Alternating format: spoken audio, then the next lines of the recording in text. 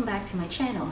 Not too long ago, I did fall bulbs for spring 2023 flowers. And I thought that would be the last, but I couldn't help myself. Veseys has an annual sale on their bulbs. I think anything that hasn't been sold gets 50% off by the end of October. So the beginning of the year, I chose the varieties that I really wanted in my landscape. But then in the back of my head, I put away some varieties that I would be willing to buy if they go on sale. So my box has arrived, and I figured I get to show you what I have. First, I have four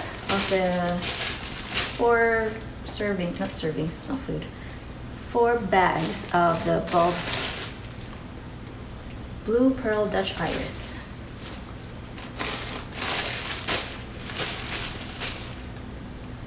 There you go.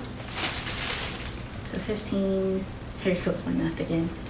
15 times 2 is 30, times 2 is 60. So I have 60 bulbs of Dutch irises. Now, last year, I bought some Dutch iris little bulbs from Dollarama. Here in Canada, we have Dollarama. Most of those ones I planted in pots, and those pots didn't materialize into anything. But I did plant one in the landscape. That one Dutch iris bloom will look pretty. It had very tall leaves, very tall grass-like leaves, almost like a crocosmia, but it had blue flowers. I did some research, and apparently they like dry conditions. Well, not entirely dry, but they can survive in dry conditions. So I figured I can put, and it's also very important in my garden, it has to be rabbit resistant. That one blue Dutch iris that I grew in the landscape survived even outside of my fenced area. So anyway, I'm gonna plant these.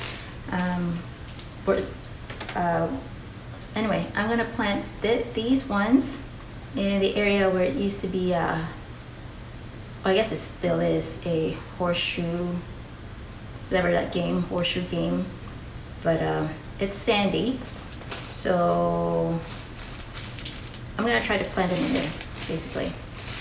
And I think it also works well as a good cut flower in early summer, so that's why I chose these. Next, I got hyacinths, the big ones, and the variety I got is a mix of blue, white, and lavender bulbs. And Veseys, if you search by it, it's I don't have any experience on growing hyacinths, and I've seen them from afar. I don't know how they smell like, but apparently they smell really good, so I guess we'll find out if they live.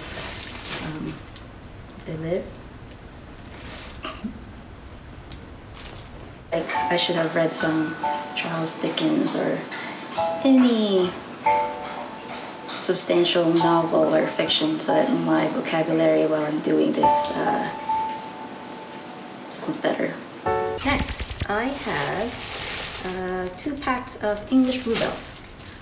Now, I don't know what English bluebells look like in person, but the English people, well, British people love them, so they must be nice. So I got 15 bags, oh, not 15 bags, 15 bulbs per bag, so I have 30 bags, and I'm planning to plant them around under my maple tree where all my snowdrops are planted as well. So we'll give that a try. Next one I have is a daffodil mix called Double Duo. In the picture, well, I'll just post it over here, but and then I'll I'll post down on the caption below what kind of daffodils they are, because there's two types, and they're the ones with the colorful corona in the middle. I'm gonna plant them where I planted my fritillaria. I had to stop filming there just for a bit because I started getting some itchiness on my neck, and the only thing I touched were, well, that started happening after I touched the hyacinth bulbs. So then I did some quick Google search, and apparently some people react badly to hyacinth bulbs, and they recommend you wear gloves, which I did not. So I'll keep that in mind when I plant them. But for now, I'll just suffer through itchiness around my neck. For some reason, my hands are okay, so maybe it's not. And if itchy wasn't being enough, my phone overheated. So my film about tulips, I'll just do it voiceover. I ordered Tulip Tango blend from Veseys. As you can see, it's a warm colored double tulips, and they're made of Creme Upstar and Granny Award. Creme Upstar is a bit more lemony, palish yellow compared to Granny Award, which is brighter, but they both have that pink color. And I thought to echo that pink, I chose Pamplona, which is a red tulip, just to make a nice warm flower arrangement for spring. And for those who want cool tones, I got one bag of Frills and Thrills blend, which has 50 bulbs of tulips each. It's a mixture of 3 types of tulips: Lavender Perfection, which is lavender, Ice Age white, and Finola pink with some white variations in the petals. Now, if I want some depth and drama in the arrangement, Serena from You Can't Eat Grass recommended getting something purple or burgundy, just like this Queen of the Night. You can see if I mix this with the warm tones, it makes the yellow pop and makes it dynamic and invigorating. With cool tones, it's more complementary, so instead of being powerful, it's more calming. And it's nice to have both warm tones and cool tones, just so I can make an arrangement based on my mood or based on what the person I want to receive the arrangement want to feel. So my phone overheated, and so I just had to wait until it cools down and shoot my outro. So thank you for watching. I will show another video of the tulips once I get them planted in the containers, and I'll show you how that process will be.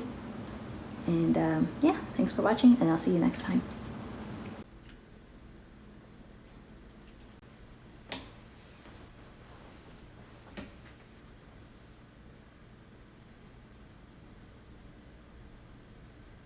He just likes to be with mommy all the time, whenever he can. But he's nice, he doesn't bark too much.